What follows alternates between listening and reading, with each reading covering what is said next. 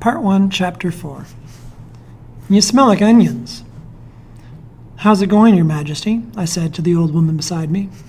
I poured myself a coffee and replaced the pot on the hot plate till under a sign that said, "Help yourself, coffee $1, with milk and or sugar, $1.50.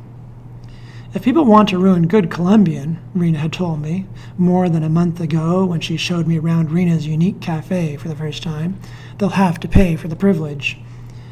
I called the old lady Your Majesty because she spent all day circling the block, pushing a grocery cart piled high with her belongings and calling out, "I am the Queen of Sweden!"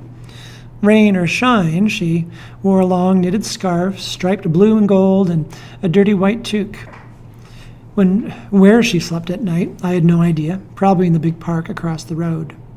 "You smell like onions," she repeated, dumping another spoonful of sugar into her coffee and stirring as if she was punishing it. "And your eyes are red. Been slicing in the kitchen for the soup of the day." "You work here?" she asked. "Yeah, chief busboy and onion chopper-upper." "Do you like it?" "Not really, but I don't have much choice." "Rena never mentioned you," she said, and shuffled off to a table. The Queen and I had the same conversation half a dozen times. Her memory seemed to come and go, but she remembered to turn up at the cafe almost every morning. A few more street people, their faces pale, their clothes tattered, sat around the tables Rena kept at the back of the small restaurant, drinking coffee and staring into a personal nowhere. Rena let them have the coffee and cookies, if she had any around, for nothing, as long as they were quiet and didn't stay too long. She had a soft spot for people who floated on the edge of the stream, which is why she had taken me in. Rena had given me the room on the third floor, up a narrow flight of creaky stairs from her apartment. There was space for a bed, a night table that was really in an upended wooden box, an easy chair that was older than me, and one of those rugs made from one piece of material that spiraled out from the center. No TV, no sound system, unless you counted the digital clock radio that read 10 a.m. all day. The ancient radiator thumped and gurgled at night. I had my own bathroom with a shower, and the room was bright. The front window looked out over Lakeshore Boulevard and the park. If I craned my neck, I could glimpse the lake. From the side window, I could see 18th Street and the run-down hotel where Carpino had parked the day he delivered me to Rena. It was an okay place to stay until I figured out my next move. I carried my coffee to the booth nearest the counter. It was one of 5 that Rena had kept when she renovated the place a few years before. Why she hung on to them, she never explained. They were covered in red vinyl, pimpled by cigarette burns. A glass-fronted console attached to the wall above each scratched and pitted table allowed you to flip through a dozen panels and choose tunes by pushing buttons labeled with letters and numbers. The consoles had once been wired to a jukebox, but the juke was gone, leaving orphan songs like A White Sports Coat and a Pink Carnation, Blue Suede Shoes, and Hand Jive. The restaurant hummed with what Rena called the morning crowd, students from the college beside the park, stuffed with self-importance and thirsty for a caffeine fix, and regulars from the neighborhood, sitting at the small tables and yakking or reading the paper while they sipped coffee and nibbled on muffins. Outside, the sun glinted off rush-hour windshields, and a streetcar rumbled and screeched to a stop at the traffic lights. Behind me, I heard the two-tone squeak of the swinging doors to the kitchen. Rena slid into the booth across from me, an unfiltered cigarette in the corner of her mouth. She was wearing an almost white apron, double-wrapped high above her waist, and a hairnet. I glanced at the absolutely no smoking sign above the console. I still felt like she had cooked things up with my father to keep me away from home. But Rena didn't seem to care what anyone thought of her, including me, so she didn't play the role of the kindly, caring aunt. She hadn't tried to reform me.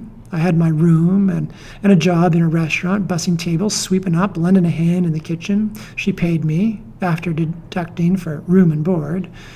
And she talked to me the same way she talked to everyone else, by showing respect and demanding it at the same time. It was understood that if I screwed up, I would be gone. We had reached that understanding one night, about a week after Carpino dumped me at Rena's place. I had lain awake for hours after I climbed the stairs to my room, staring at the illuminated digits of the clock radio.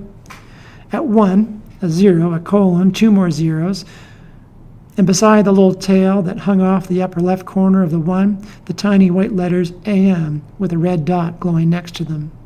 I focused on those numbers for a long time, knowing they would never change.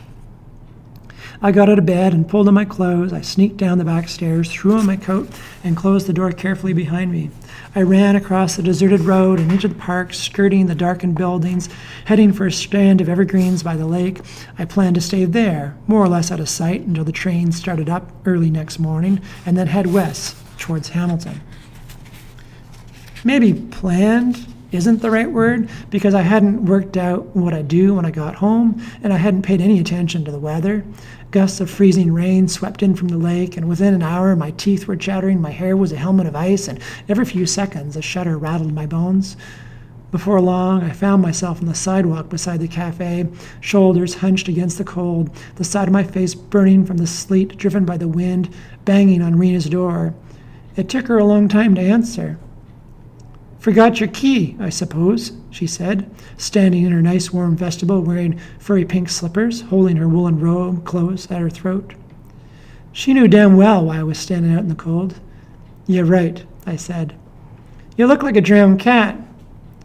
If you're planning to apply for Mother of the Year award, I wouldn't bother," I said, pushing past her and clomping up the stairs.